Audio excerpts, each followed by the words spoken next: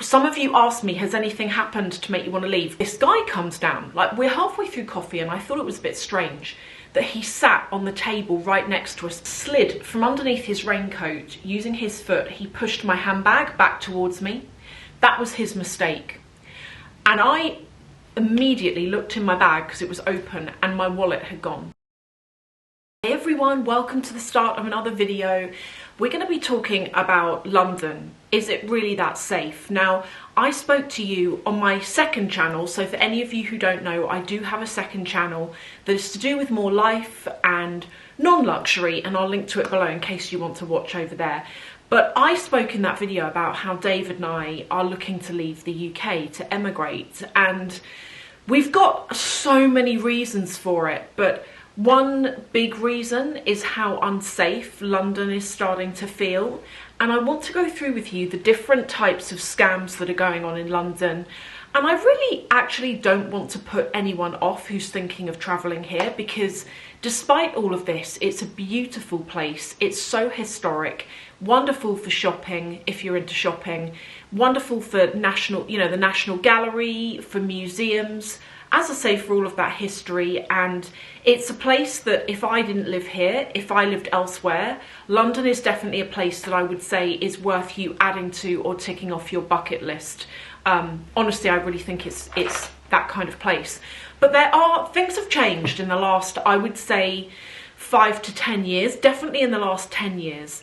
And you have to be so careful now if you're into luxury and you go out wearing your watch, or you go out wearing your engagement ring or your designer bags, you have to be so careful. So what are the kind of crimes that are going on here? Well, we're seeing a lot of knife crime, but also when it comes to you and your personal safety, we're seeing a lot of luxury crimes going on. So this is where thieves are, some of them are actually brazen. They don't even care. They will actually break into a store. There's one here. I've got an article here that I need to share with you. But this is about thieves who do not care. They do not care. They broke into a store in Knightsbridge. Now, they actually broke into the Designer Exchange. How many of you have heard of the Designer Exchange? They are big. They're like a luxury promise. They sell pre-loved. Thieves broke in there in broad daylight and stole over £150,000 worth of designer handbags. They just went and did it in the middle of the day. And do you know something? I highly doubt anything will happen to them. Even if they get caught, really not a lot happens to people when they get caught for this kind of thing.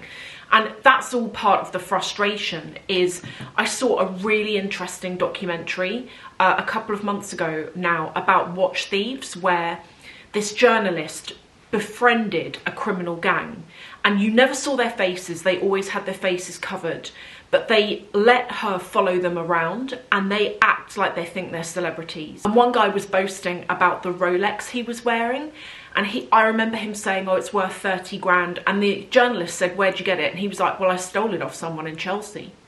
And he was so proud of this watch that he had, and he was having to carry a knife around because he said that people in other gangs that knew he had that watch would rob him for it. So he felt that he had to protect himself, and there was just so much going on. So the first type of crime, I would say, is moped crime. If you're in a different country, like a moped is like a small motorbike. Do you call a moped in other places? I'm not sure. But that's what we call them. And this is the first type of crime where you have gangs that will target you. So I see all the time, and I'm like, please don't do this, guys. I see people walking around the street, stood at bus stops, on their phones, like this, like we're all like zombies on our phones, aren't we? We're just caught up in our phones, and we're not very much aware of everything that's going on around us. And thieves, they'll just cycle up, snatch your phone and ride off. They don't even care. What are you going to do about it? They're on a bike. Sometimes they're on e-bikes. You can't keep up. The police are trying to do their thing in London, but there's not much they can do. And actually, one of my best friends a year ago, last winter, got beaten up for his phone. They took his phone, and then what started happening after, and this is another thing, is that after his phone was stolen, he tracked it down to Shenzhen in China. And this, when I looked into it and when he looked into it, this is all where the phones go back to, and they're taken apart or they're cracked into. He was getting literal, guys, aggressive. I was reading them and I was actually scared for him. Terrifying, threatening messages demanding his password to his Apple ID, because obviously they needed it to get into the phone. And he was so close to giving it because he just wanted to be left alone, and they were making all these threats about his family and all this kind of thing. And honestly, I was so scared for him. In the end, it stopped. They left him alone and he obviously got a new phone. But just imagine, like, all of your data that's on your phone, your banking, or like just everything, your social media, all of that, and to have that snatched off you is a big thing, particularly if your phone is unlocked. When they snatch it, which a lot of the time, if you're looking at your phone, it's going to be unlocked, isn't it? So that's the first thing. The other type of moped crime, and this is the one that scares me a lot actually, is that how many times, ladies, gents, you're in your car, you've been somewhere, maybe you've been shopping, maybe you haven't, and you've got your bag and your expensive belongings on the passenger seat next to you. So what these moped gangs do is they go through the traffic where you can't get out because you're stuck in traffic. They're looking on your passenger seat. Have you left your handbag there? Have you been shopping and all of your carrier bags are there? They will smash your window and they will take your stuff and they will ride off into the distance, and you're in traffic. There is nothing you can do about it. And do you know what? If you did try and do something, they go for you and they get away with it because they can't be found. So this is another type of crime. And one thing you can do to protect yourself from that, and I always do this, if I've been shopping, I put the carrier bags in the boot of my car, or the trunk as you would say in the US. If it doesn't fit, I try and shove that bag in the back of my car, which isn't easy because I have like a cage in the back of my car because it's like a sports car, so I can't get everything in. But I will literally take things out of the shopping bags and shove them behind the car seats, and I put my handbag deep into the footwell of the car so that it can't be seen, or I put it behind my chair. I have nothing of value there. So that's one thing you can do to protect yourself. The other thing I would say is that watch crime is a thing in London, as I mentioned with that gang that I told you were interviewed in that programme. And I learnt a lot when I watched that programme because they explained to the journalist how they target people. So they do this thing called spotting, where they will stand around Oxford Street or wherever and they will just look. They will stand in a doorway or they will stand just by the side of a building and they are looking at people's wrists. And if you have a watch showing, they contact their friend who's further down the street and they're like, yep, that person in this blazer is wearing a Rolex and it's this type of Rolex, let's go for him. And if you see someone being attacked in the street, particularly if you're a lone woman, you know, I've thought about this before, I want to think that I would get involved, but if there is a group of boys beating up someone, I don't know that I'd be able to in case I got attacked. I'm not even worried about, like, I don't want to be robbed, but I don't want to be punched either. So it does make you think, if someone gets robbed in broad daylight, who's really going to help them? I know in London, people turn a blind eye to it. People just walk on because they don't want to get involved. A really popular place that I have been told by so many people that is big for watch spotting and designer bags is Sexy Fish in London. So Sexy Fish is a beautiful restaurant, a seafood restaurant. I love it in there, but it's the place to be seen kind of thing in Mayfair. And very often there are big crowds there. It's very busy outside. There, you know, you've got the Lamborghinis, the Ferraris, the Porsches parked up outside in an evening. It's a very luxurious place, but it's a place where people dress up to go there. And you go in there and people are dressed flashy. They're wearing their designer bags. They've got the Birkin, they've got the watch on, and they're flashing all of it. And thieves watch people in restaurants like this, and that is where they get targeted. Then they get followed back to their home or to their car and they're robbed. So again, it's really frustrating, but guys and girls, I want to say don't wear your watches. I don't even wear my engagement ring out. I wear this. I dropped it. It's so small, I dropped it. Okay, I wear a fake engagement ring that is just a piece of glass in a silver band, and I do not wear my actual engagement ring out, because if that gets robbed off me, I don't care. But I don't want the real thing robbed off me. So even David says this to me. He's my husband, David. If I say I'm going to go out for a walk, he's like, no, you're not going out, not on your own. Even if you leave all your stuff at home, you're not going out on your own. And he always comes with me. He never lets me walk on my own. And it's a real shame, but this is kind of the way things have gone. And I feel safer that way as well, really. Yeah, I would say that.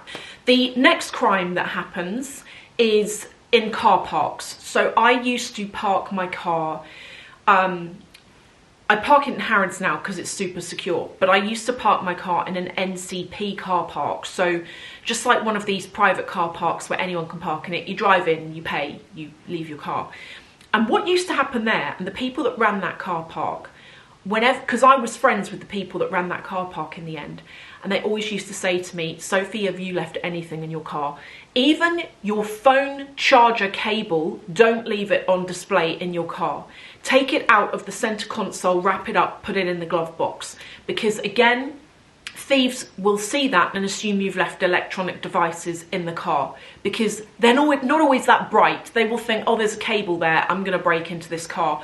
But also what used to happen at this one in Belgravia is so many times I would get back to that car park and I would literally hear car alarm going off.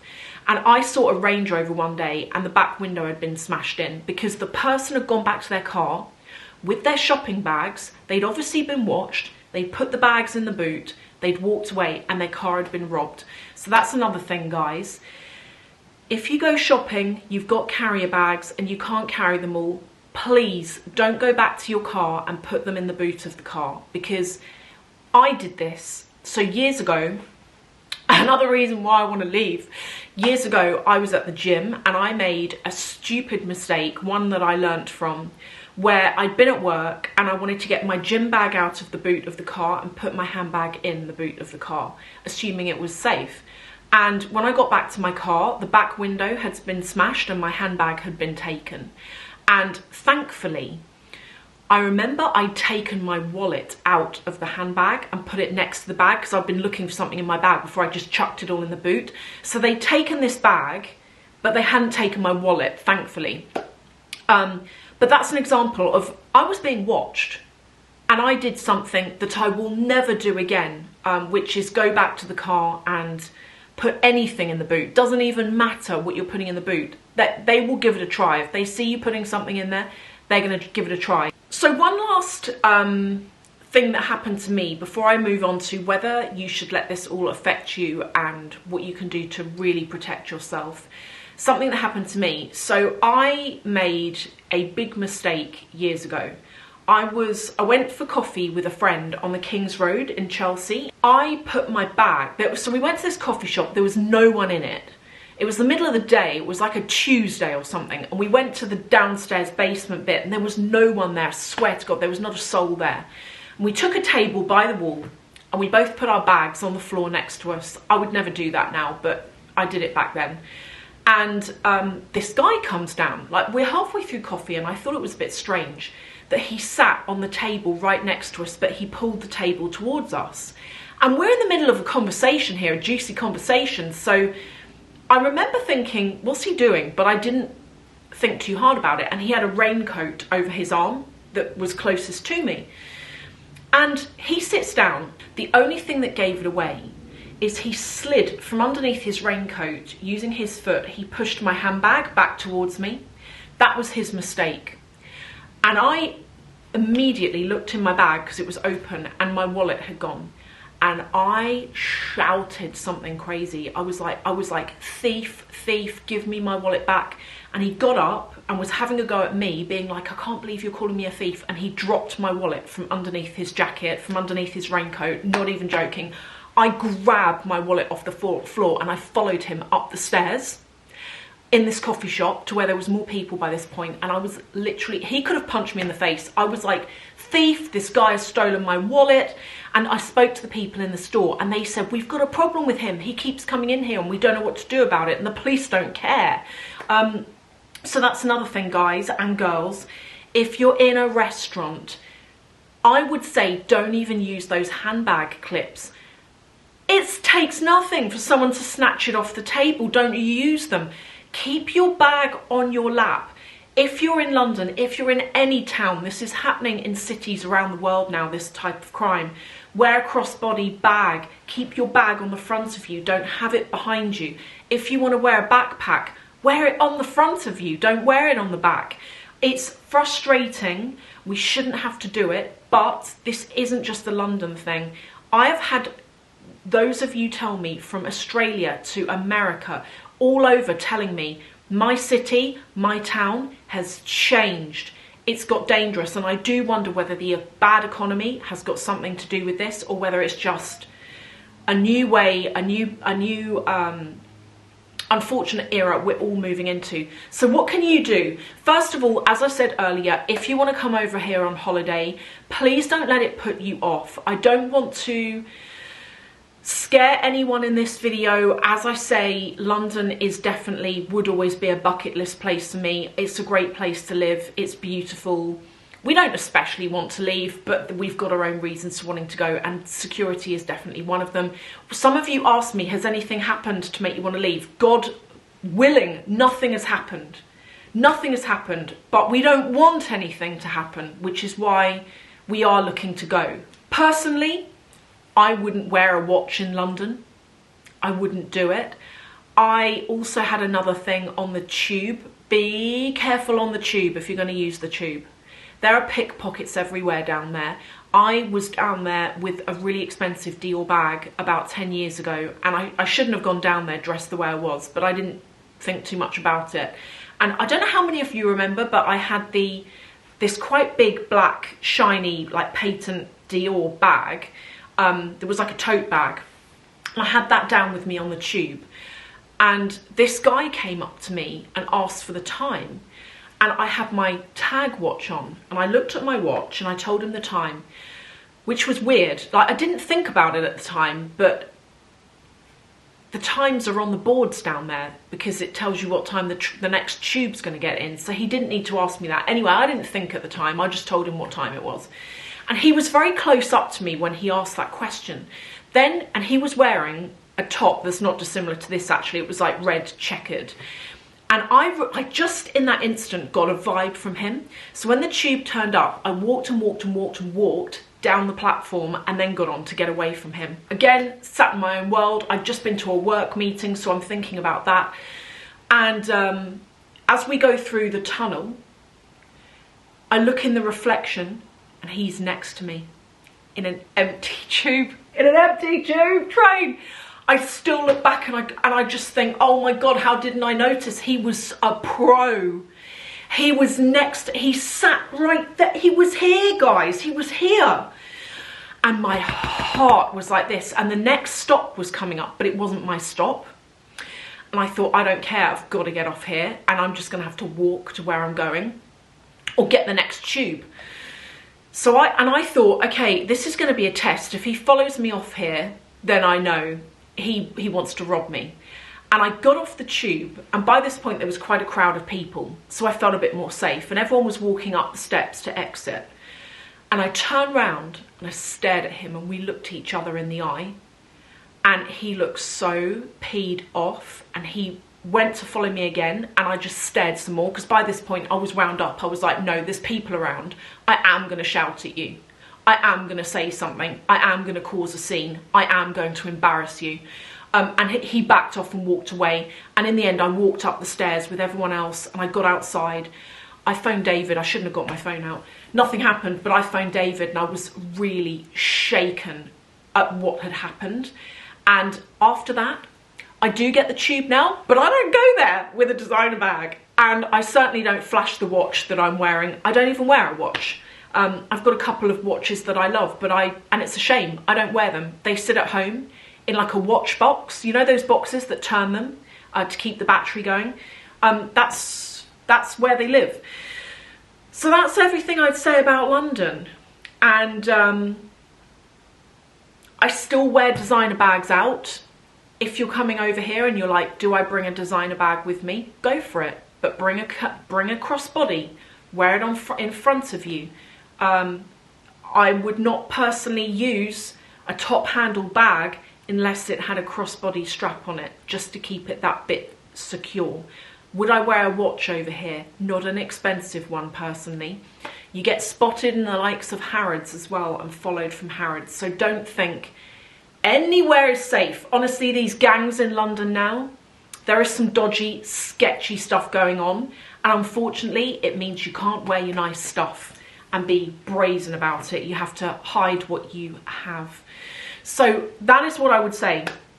If you have any story times, actually not even if you're in London, if you're anywhere around the world, if this is starting to happen in your town, in your city, please can you share it below, because it really does help to know that it's not just you going through this kind of thing. I would love to know.